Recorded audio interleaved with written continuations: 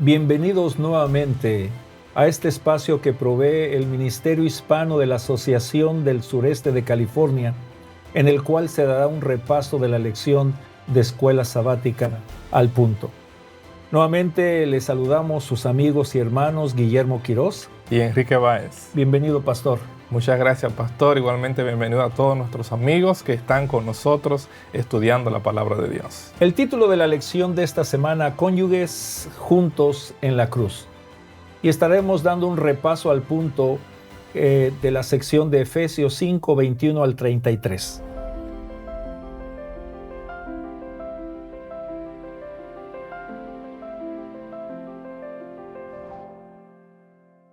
Los puntos al punto de la lección de esta semana son los siguientes: consejos para las esposas cristianas, consejos para los esposos cristianos y el otro misterio de Efesios. Pablo continúa describiendo la nueva vida en Cristo. En los capítulos anteriores explicó las consecuencias de haber vivido en la vieja humanidad, y ya desde el capítulo 4 menciona que andar como es digno de acuerdo con la vocación significa tener una nueva humanidad. Y esa nueva humanidad da evidencias en un estilo de vida diferente. Todo esto, querido hermano y hermana, con el propósito de mantener la unidad dentro del cuerpo de Cristo y dar un testimonio de una vida transformada. La lección de esta semana se va a enfocar en consejos para los esposos cristianos. Consejos, pastor, que algunos toman en serio para su beneficio y que otros ignoran también para su propio beneficio. La evidencia de caminar con Cristo se demuestra, querido hermano, en nuestras relaciones. ¿Y qué relación más cercana existe que el esposo y la esposa? Pero tenemos desafíos culturales y sociales, no solamente los que vivieron los hermanos en Éfeso en el primer siglo. Hay abusos y desafíos familiares en este siglo XXI. Frases como: en esta casa mando yo. Cuando yo hablo, tú te callas. Te pego porque te quiero. Cuidadito, si le cuentas a alguien más, te irá peor. Esas actitudes, desgraciadamente, ocurren también dentro de algunas iglesias cristianas. Abusos físicos, mentales, espirituales, continúan hasta el día de hoy. Por eso, querido pastor, los consejos de Pablo a los Efesios son relevantes para nuestro tiempo. Esta sección inicia en el versículo 21 y dice claramente y tajantemente el apóstol Pablo: someteos unos a otros en el temor de Dios. Pastor, ayúdenos, por favor, a estudiar un poquito el concepto del sometimiento. Pastor, este versículo donde aparece, ¿verdad?, la mención de este verbo someteos, Efesios, ¿verdad?, en el capítulo 5, versículo 21. Es interesante que aunque nosotros escuchamos un verbo finito en sí en el texto original, es una construcción participial, lo que implica en esencia de que no es el verbo principal o que depende de otro verbo. Lo interesante es que el verbo principal del cual depende este verbo participio someteos aparece en sí en el versículo 18, lo cual es la clave para entender el versículo 21 o este sometimiento del cual Pablo está hablando. En sí, en el texto se habla de una acción media, que lo que significa más bien es que la acción del sujeto recae sobre aquel que la ejerce, sometiéndonos nosotros mismos, ¿verdad? Es una decisión que cada quien debe tomar, pero lo interesante es, pastor, que el verbo principal del cual depende este sometimiento aparece en el versículo 18, en la última expresión: antes bien, sed llenos del Espíritu. Es decir, el verbo someterse depende de ser llenos del Espíritu, que aparece en el versículo 18. Este sometimiento del cual Pablo habla que incluye a todos, viene como un resultado de habernos nosotros sometido, si podemos decir así, o haber experimentado la presencia del Espíritu Santo. Y es interesante que nosotros vamos a encontrar en este verbo como aparece aquí, ¿verdad? Va a ocurrir en varios lugares en el Nuevo Testamento. Por ejemplo, en Santiago 4:7, el texto está hablando en el aspecto de sometimiento a Dios. Correcto. Cuando el apóstol dice, someteos pues a Dios, resistid al diablo y huirá de vosotros. Y entendemos que es un sometimiento positivo también, porque está hablando de cómo nosotros debemos de rendirnos a Dios. Pero lo que quiero que tú puedas entender, apreciado amigo y hermano, de que este verbo sometimiento, someternos, depende de la presencia del Espíritu Santo, lo que implica que ya no es mi yo lo que rige, sino la presencia de Cristo. Como Pablo resumió en Gálatas, ya no vivo yo, mas vive Cristo en mí. Solamente cuando tú y yo estamos conectados a Jesús, podemos someternos, podemos negarnos a nosotros mismos y considerar a los demás como Dios los considera. Es decir, nuestras relaciones, no solamente en el aspecto de la familia, aunque Pablo va a abordar la relación de esposos, de padres a hijos, de amos, esclavos, él está resumiendo todos los elementos. No importa que sea padre, que sea madre, esposo, hijo, esclavo, amo, todos debemos de someternos unos a otros como resultado de ser guiados por el poder del Espíritu Santo. Gracias, pastor. En esta sección el apóstol Pablo menciona que el esposo es la cabeza de la mujer. Esa es una frase que muchos esposos muy bíblicos le dicen a la esposa. La palabra dice, sométete a mí. ¿Hasta qué grado, pastor, debe quedar una esposa sin voluntad propia para complacer a su esposo? Debo señalar esto, pastor. El hecho de que Pablo encerró someteos los unos a los otros incluye al esposo a la esposa, al esposo a la esposa. Quiero ser específico acá. Pablo no dejó a nadie fuera. Y claro, el sometimiento que aparece, ¿verdad? En el siguiente versículo, las casadas estén sujetas a sus propios maridos como al Señor. Pablo da la clave. La relación marital, por supuesto, el hombre es cabeza del hogar, como Cristo es cabeza de la iglesia. El hombre ha de amar a la esposa como Cristo amó a la iglesia. Todas estas comparaciones están contenidas en estos versículos, lo que implica que este sometimiento de la esposa al esposo es un resultado de reconocer un rol de pareja que Dios estableció en su palabra. Pero no es sometimiento a una tiranía, no es sometimiento a un abuso como usted presentó al principio, que lastimosamente puede ocurrir en muchas culturas nuestras hoy en el presente. Es un sometimiento que viene como resultado de reconocer el rol del esposo como cabeza y el rol de la esposa como la ayuda idónea. Y quiero señalar esto. En el texto bíblico no hay la más mínima idea de que la mujer es inferior en valor al hombre o que el hombre es superior a la mujer en valor. Es decir, necesitamos mantener esto en contexto.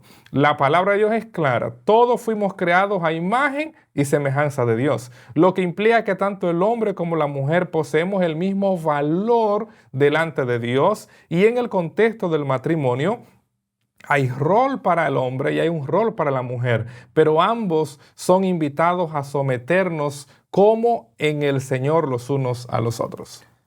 El apóstol Pablo utiliza en 3 versículos y menciona 6 veces un consejo clave para ti, querido hermano, esposo cristiano. Hay que amar a vuestras esposas y hay un ejemplo a seguir, como Cristo amó a la iglesia. Hay que amar a nuestras esposas como nosotros nos amamos a nuestro propio cuerpo, porque el que ama a su mujer, a sí mismo se ama. Y por lo demás, dice el versículo 33 del capítulo 5, cada uno de vosotros ame también a su mujer como a sí mismo, y la mujer respete a su marido. Qué bendición nosotros poder seguir el ejemplo de Jesús en el amor ágape. Es un amor que se entrega a sí mismo, que da sin exigir ni espera retribución. Es un amor tan grande que se puede dar a los que parecen indignos o los que no se lo merecen. Es un amor que ama incluso cuando es rechazado. El amor ágape es un amor que da porque quiere dar. No exige ni espera retribución del amor dado. Da amor, no ama para recibir. Pastor, yo quisiera preguntarle, ¿cómo puedo yo adquirir, cómo los hermanos, esposos cristianos, cómo podemos adquirir y demostrar esta clase de amor hacia nuestras esposas? ¿Cómo los esposos podemos dar evidencia de ese amor?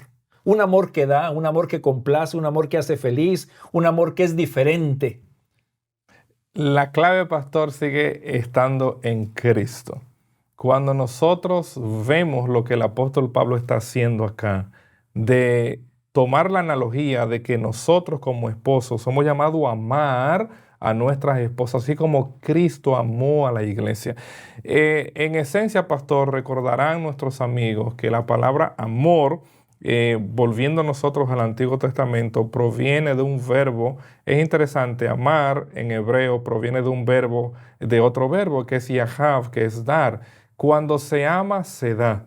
Cuando se ama, se entrega, se sacrifica. Cristo mostró su amor al dar su vida, al sacrificar su vida para la salvación nuestra, de la iglesia, de todos. Entonces, ese amor que nosotros podemos visualizar muy bien en Cristo puede ser manifestado, pastor, en cada uno de nosotros como pareja, como esposo, siguiendo el ejemplo de Cristo. Amén. Sin Jesús no podemos dar ese amor, porque la Biblia es clara: el que no ama no conoce a Dios, porque Dios es ¿qué? Dios es amor. Así que cada relación nuestra, como el apóstol está matizando acá, el que ama, como él menciona en el versículo 28, el que ama a su mujer, a sí mismo se ama y cumple la ley. Él está directamente aludiendo, ¿verdad?, a ese pasaje de Levítico capítulo 19, versículo 18, donde el texto nos habla: y amarás a tu prójimo como a ti mismo. Es decir, la evidencia de que yo estoy en Cristo, de que yo amo a Cristo, es que yo amo a mi prójimo. ¿Y quién es más cercano a mí como mi prójimo que la esposa? Así es. En otras palabras, el laboratorio de amor que Dios nos ha regalado a todos debe comenzarse a ejecutarse, a practicarse en el hogar. Y es en ese contexto que Pablo está tomando la figura del amor sacrificial visualizado en Cristo, que ha de ser experimentado por cada esposo hacia su esposa, amándola como es el resultado, como a nosotros mismos. Es que hay unos esposos y tal vez también algunas esposas, pastor y estimado oyente, que le piden al Señor paciencia, porque no le piden fuerza, porque dicen: si me das fuerza, Señor, lo ahorco. Hay algunos seres humanos que no somos dignos de recibir amor. Hay algunos humanos que nos comportamos de tal manera que no merecemos ser amados. Hay algunas situaciones en los hogares que complican la vida de uno y del otro, y dicen: ¿cómo puedo yo amar a esta persona si lo único que me causa es dolor, angustia? Querido hermano y querida hermana, así como Cristo amó a la iglesia, Jesús tiene y tuvo un amor especial, desinteresado. Convirtió a esa iglesia en el objeto de su amor, no tanto de lo que podía esperar de esa iglesia, sino lo que él podía otorgarle a esa iglesia. Y para mí, pastor, una clave muy importante en esta sección es que se entregó a sí mismo por ella. Así es. Muy alto el ejemplo de Jesús, que nosotros, por su gracia y por su amor, podemos manifestar, como dijo el pastor unos momentos atrás, en ese lugar, en ese laboratorio, el laboratorio del amor. ¿Cómo debe amar un esposo a su esposa? La próxima vez que te preguntes eso, o te pregunten esa misma situación, podemos responder: como Cristo amó a la iglesia y se entregó así por ella, así por la gracia de Dios, yo voy a amar a mi esposa. Amén. Y pastor, el apóstol claramente va a tomar el modelo en Génesis. Es decir, el apóstol nos va a llevar esa relación, viene como resultado de un Dios de amor, de un Dios que diseñó que un hombre y una mujer pudieran expresarse no solamente un mutuo compromiso, sino que vivan en un ambiente de crecimiento mutuo. Y claro, el apóstol muy bien, cuando nosotros vamos al versículo 31, versículo 30, por ejemplo, él dice, porque somos miembros de su cuerpo, de su carne y de sus huesos. Cuando él introduce esa expresión, pastor, rápido se conecta a Génesis. Correcto. Porque en Génesis, como nosotros recordaremos, capítulo 2, versículo 23, donde aparece esta expresión, cuando Adán ve a aquella Eva perfecta que Dios le ha creado, y él expresa, ¿verdad?, de forma poética, esta es hueso de mi hueso y carne de mi carne. Y entonces Dios, pastor, tuvo que casarlo inmediatamente, porque fue amor a primera vista, diríamos nosotros. Pero mira qué es lo interesante. Cuando nosotros pensamos en el matrimonio, todo lo que hemos tenido esa experiencia, reconocemos muy bien que es un compromiso delante de Dios, es un compromiso delante de los hombres, es un pacto. De paso, pastor, debo señalar esto. Cuando el apóstol está tomando esa expresión que viene de Génesis, hueso de mis huesos y carne de mi carne, él está usando una expresión pactual. Alguien puede estar pensando, pero ¿de dónde el pastor saca esto? Mira, Malaquías capítulo 2, tú vas ahí los versículos 14 al 16, cómo Dios presenta al pueblo de que los líderes habían sido infieles a la mujer de tu juventud, del pacto de tu juventud. Y está refiriéndose al matrimonio. Y claro, cuando nosotros encontramos esa expresión, hueso de mis huesos y carne de mi carne, en la Biblia, pastor, es una frase idiomática. Debo señalar esto así. Y hay un texto que a mí me gustaría leerlo para explicar esta expresión, para que entendamos cómo el matrimonio es un compromiso, es un pacto de amor entre un hombre y una mujer delante de Dios y delante de los hombres. En el segundo libro de Samuel hay dos versículos que yo voy a leer brevemente, pastor. Dice Samuel, segundo Samuel 5:1, vinieron todas las tribus de Israel a David en Hebrón y hablaron diciendo, henos aquí, hueso tuyo y carne tuya somos. Es el momento cuando todas las tribus van a afirmar que David es el rey, no solamente en Hebrón. Y entonces el versículo 3 dice, vinieron pues todos los ancianos de Israel al rey en Hebrón, y el rey David hizo pacto con ellos en Hebrón delante de Jehová, y ungieron a David por rey sobre Israel. Es decir, la expresión en el antiguo Israel, hueso de mis huesos y carne de mi carne, era la forma que se verbalizaba el deseo, la voluntad de entrar en una relación pactual. Adán y Eva estuvieron en una relación pactual cuando Dios los casa, cuando Dios les da la bendición. Y apreciado amigo y amiga, cuando tú dijiste, I do, yo quiero casarme, yo lo acepto, tú hiciste un pacto delante de Dios. Amén. Y ese pacto es mientras vivamos, y Dios espera que el amor que proviene de Él pueda ser cultivado, pueda crecer y dar los resultados, que es la obra directa de la presencia del Espíritu Santo. El apóstol Pablo va a concluir esta sección, pastor, con otro misterio. Después de que menciona la cita de Génesis, él dice así, grande es este misterio, mas yo os digo esto respecto de Cristo y de la iglesia. ¿A qué misterio se refiere? ¿De qué se trata este misterio, pastor? Bueno, esto es muy importante y claro, aunque hay muchas ideas aquí que se han incluido en el texto, yo debo señalar que Pablo hace algo extraordinario, porque él cita Génesis, pastor, en un marco que encaja, porque él está hablando de la relación del esposo a la esposa, esa relación de amor y de respeto mutuo que debe de existir, y de repente él dice, yo estoy hablando de un misterio. Es decir, aunque él habla de esa unidad que existe entre un hombre y una mujer cuando llegan a ser una sola carne, lo que Pablo hace es ahora usar ese evento para decirnos en sí, el misterio es que nosotros hemos llegado a experimentar esa unidad Amén. en Cristo. Es Amén. decir, somos hueso de sus huesos Amén. y carne de su carne porque Él nos ama, Él nos amó, Él se entregó por nosotros. Y por eso Él clarifica en ese versículo, pastor, grande es este misterio, no hablando de la experiencia marital ya de un hombre y una mujer. Y Él dice, pero yo me refiero a Cristo y a la iglesia. Por eso, apreciado amigo, cuando estamos en Cristo, cuando amamos a Cristo, no será difícil amar a la esposa.